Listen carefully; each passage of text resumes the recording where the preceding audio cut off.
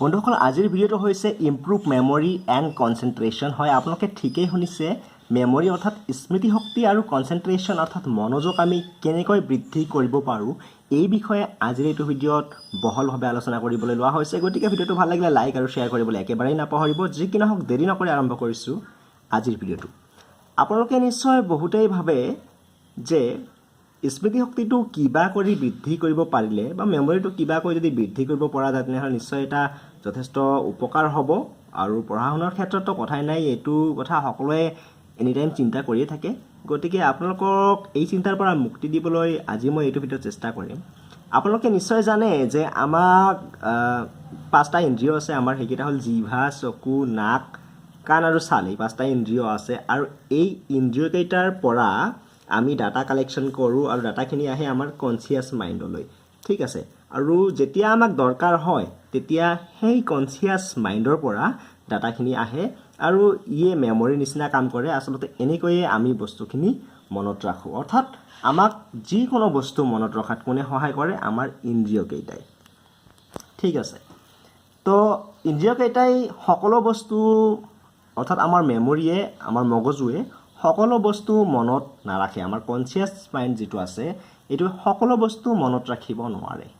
ধৰক আপুনি বজাৰলৈ গৈ আছে আপুনি যাওঁতে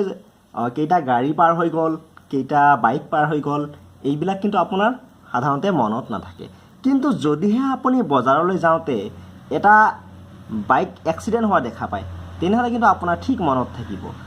হয়তো কিছুমানৰ এনেকুৱা হ'ব পাৰে যে যদিহে কোনোবাই নাম্বাৰ প্লেটটো চাইছে নাম্বাৰটোও মনত থাকিব পাৰে হয় না কিয় মনত থাকিব এই ক্ষেত্ৰত মনত থকাৰ এটাই কাৰণ হ'ল যে বাইকটো এটা অসামান্য বা এটা বেলেগ ধৰণৰ সিচুৱেশ্যনত আপুনি দেখিছে যে বাইকখন এক্সিডেণ্ট হৈছে সেইকাৰণেহে আপোনাৰ মনত থাকিব ঠিক সেইদৰে কিছুমান অদ্ভুত বস্তু যদিহে দেখে এনে যদি আপুনি বজাৰলৈ বা ক'ৰবালৈ যাওঁতে যদিহে গাড়ী দেখে কোনটো গাড়ী গৈছে কিমানটা গাড়ী গৈছে কেনেকুৱা ধৰণৰ ৰঙৰ গাড়ী গৈছে এইবিলাক কিন্তু আপোনাৰ মনত নাথাকে কিন্তু যদিহে গাড়ীটো অলপ অদ্ভুত টাইপৰ হয় ধৰক এটা গাড়ী দেখিছে যে গাড়ীটো পানীৰেও চলি আছে পানীত গৈ আছে তেনেহ'লে এইটো কিন্তু আপোনাৰ গোটেই জীৱন মনত থাকিব যে মই এটা গাড়ী দেখিছিলোঁ এনেকুৱা গাড়ীটো পানীতো চলিব পাৰে নাইবা বহুত সৰু বস্তু নাইবা ডাঙৰ বস্তু যদিহে আপুনি এখন সৰু বাইক দেখে বা এখন বহুত ডাঙৰ বাইক দেখে এই বাইকৰ কথা ইমান বেলেগ বস্তু হ'ব পাৰে এইবিলাক কিন্তু বহুত মনত থাকিব পাৰে গতিকে এইকেইটা বস্তুৱে আচলতে যথেষ্টখিনি গুৰুত্বপূৰ্ণ ভূমিকা পালন কৰে গতিকে আৰু এটা টেকনিক আছে পঢ়াৰ ক্ষেত্ৰত এই টেকনিকটো বিশেষভাৱে গুৰুত্বপূৰ্ণ আপোনালোকে পঢ়ি পাইছেনে নাই কিন্তু আমাক শিক্ষকে এইটো ফৰ্মুলা দিছিল ঠিক আছে এইকেইটা হ'ল বিজ্ঞানৰ মৌলকেইটাৰ নাম হাইড্ৰজেন হিলিয়াম লিথিয়াম বেৰিয়াম বৰণ কাৰ্বন আৰু এইকেইটাৰ নামকেইটা চিৰিয়েলি যদিহে মনত ৰাখিব লগা হয় যথেষ্টখিনি টান হয় আৰু ইয়াৰ সহজ এটা পদ্ধতি আছে সেইটো হ'ল মৌলকেইটাৰ নামৰ প্ৰথম আখৰকেইটা যদিহে আপোনালোকে এনেকৈ লিখি লয় যেনেকৈ ইয়াতে মই লিখি লৈছোঁ এইটো হা হি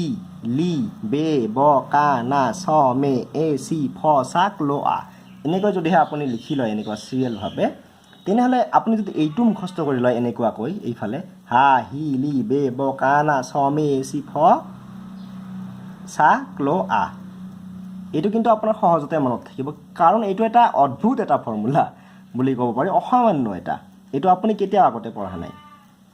ঠিক আছে এইটো আপুনি মনত ৰাখিব পাৰে এনেকৈ আকৌ কৈ দিছোঁ হা হি লি বে ব কানা ছ মে এচি ফচা ক্লোৱা এনেকৈ আপুনি এইটো যদিহে মুখস্থ কৰি ৰাখে পিছত আপুনি ইয়াৰ পৰা যেনেকুৱা হাৰ পৰা কি হ'ল হাইড্ৰজেন হিৰ পৰা কি হ'ব হিলিয়াম লি লিথিয়াম বে বেৰিয়াম ব বৰণ কা কাৰ্বন না নাইট্ৰজেন ছ ছ'ডিয়াম মে মেগনেছিয়াম এ এলুমিনিয়াম চি চিলিকন ফ ফচফৰাছ তাৰপিছত ছ ছালফাৰ ক্লৰিন আৰ্গন এনেকৈ আপুনি এই ফৰ্মুলাটো মনত ৰাখিব পাৰে ঠিক সেইদৰে আৰু এটা ধৰক শব্দ এইটো শব্দ ধৰক ক্লাছ 6, 7, 8 বা 6 মানৰ ল'ৰা ছোৱালী ধৰক এনেকুৱা এটা শব্দ ধৰক বা যিকোনো ষ্টুডেণ্টৰে ধৰক এইটো মনত নাথাকে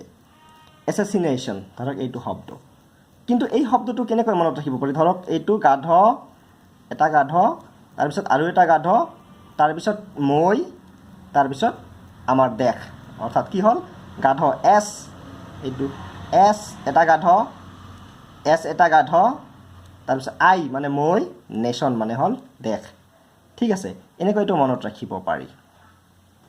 ঠিক এনেকৈ ট্ৰিগনমিতিৰো কিছুমান ফৰ্মুলা আছে আমাৰ পিছৰ ভিডিঅ'বোৰত এই বিষয়ে আলোচনা কৰা হ'ব যদিহে এনে ধৰণৰ ভিডিঅ' আৰু চাব বিচাৰিছে তেনেহ'লে এইটো ভিডিঅ'ত কমেন্ট কৰি জনাবলৈ একেবাৰেই নাপাহৰিব আৰু এটা কথা মই আপোনাক জনাবলৈ লৈছো যে এক্সট্ৰিম ইমোশন গুড অৰ বেড যিদৰে আগতে আমি পাই আহিছো যে অসামান্য বা অদ্ভুত বা বহুত সৰু ডাঙৰ এইবিলাক বস্তু আমাৰ মনত থাকে ঠিক তেনেকৈ এক্সট্ৰিম ইমোশন গুড অৰ বেড যিবিলাক আমাৰ ভাল ইমোশন বা বেয়া ইমোশন ভাল এক্সপিৰিয়েন্স বেয়া এক্সপিৰিয়েন্স এইবিলাক কিন্তু আমাৰ অতি সহজতে মনত থাকে ধৰক আপুনি যিদিনাখন চাকৰি পালে বা প্ৰথম দিনাখন যিটো স্কুললৈ গ'লে এই তাৰিখটো কিন্তু আপোনাৰ নিশ্চয় মনত থাকিব কাৰণ এইটো এটা আপোনাৰ ভাল লগা মুহূৰ্ত কিছুমানে প্ৰথম দিনাখন স্কুলত গৈ বহুতো কান্দে হয় নে নাই এইটো এটা বেড ইমোশন আৰু সেই দিনটোৰ কথা আমি কোনেও পাহৰিব নোৱাৰো যে প্ৰথম দিনাখন স্কুলত গৈ মই এনেকৈ কান্দিছিলো ঠিক আছে গতিকে আপুনি যদি পঢ়াটোক এনেকুৱা ইমোশনৰ লগত জড়িত কৰি ল'ব পাৰে তেনেহ'লে আপোনাৰ যেটো মেমৰি হেতু যথেষ্টখিনি উন্নত হ'ব তাৰোপৰি আপোনালোকে নিশ্চয় এটা কথা লক্ষ্য কৰিছে যে আমাৰ যেটো কিছু সকলোৰে কিছু নহয় কিছু এটা সাবজেক্ট প্ৰিয় থাকে কিছুমানৰ অসমীয়া MIL প্ৰিয় থাকে কিছুমানৰ ম্যাথছ প্ৰিয় থাকে হয় না নাই আপুনি কমেন্ট কৰি জনাওকচোন আপোনাৰ কোনটো প্ৰিয় সাবজেক্ট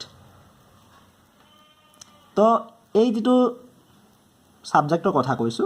ধৰক আপোনাৰ ম্যাথছ অৰ্থাৎ গণিত প্ৰিয় সাবজেক্ট কিন্তু বহুতেই হয়তো গণিতক ভয় খায় আপুনি কমেন্ট কৰি জনাওকচোন যে আপুনি গণিতক ভয় খায় নেকি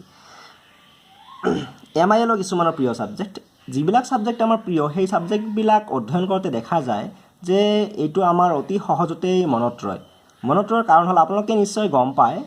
যে আমাৰ মগজুৱে বা কনসিয়াস মাইন্ডে মেমৰি কাৰ্ডৰ নিচিনাকৈ কাম কৰে যেনে মেমৰি ধৰক এটা 1 GB মেমৰি আছে ইয়াত নতুনকৈ কিবা বস্তু ভৰাবলৈ হলে আগৰ কিছু বস্তু কাটিব লাগিব ঠিক তেনেকৈ আমাৰ মগজুটো কনসিয়াস মাইন্ডটো নতুন কিবা সোমাবলৈ হলে আগৰ কিছুমান বস্তু পাহৰিব লাগিব এনে নহয় আপোনালোকে ভাবিব পাৰে যে যিবিলাক লৰাছলি পঢ়া শুনাত ভাল তেওঁলোকৰ সকলো কথাই মনত থাকে এনেকুৱা সম্ভৱই নহয় তেওঁলোকেও পাহৰিব লাগে আৰু পাহৰাটো এটা নেচাৰেল প্ৰসেস আমি সকলোৱে পাহৰো কিন্তু যেতিয়া আমি এটা প্ৰিয় বস্তু আমি অধ্যয়ন কৰো ধৰক আপুনি অসমীয়া ভাল পায় আৰু অসমীয়া অধ্যয়ন কৰি আছে তেতিয়া কি হ'ব জানেনে অসমীয়াৰ যিবিলাক কথা মনত ৰাখিব লগিয়া সেই কথাবিলাক অটোমেটিক্যালি আপোনাৰ কনসিয়াস মাইন্ডলৈ গুচি যাব আৰু যিবিলাক কথা মনত ৰাখাৰ দৰকাৰ নাই সেই কথাবিলাক অটোমেটিক্যালি ডিলিট হৈ যাব আৰু এনেকৈয়ে আসলতে আমাৰ ইন্টাৰেষ্টৰ ওপৰত বেছ কৰি আমাৰ যেটো মেমৰি হেতু ডিপেন্ড কৰে নিৰ্ভৰ কৰে বন্ধুসকল আশা কৰিছো ভিডিওটো ভাল লাগিলে লাইক আৰু শেয়াৰ কৰিব আৰু এতিয়ালৈ যদি আপুনি আমাৰ এইটো চেনেল সাবস্ক্ৰাইব কৰা নাই সাবস্ক্ৰাইব কৰি ল'ব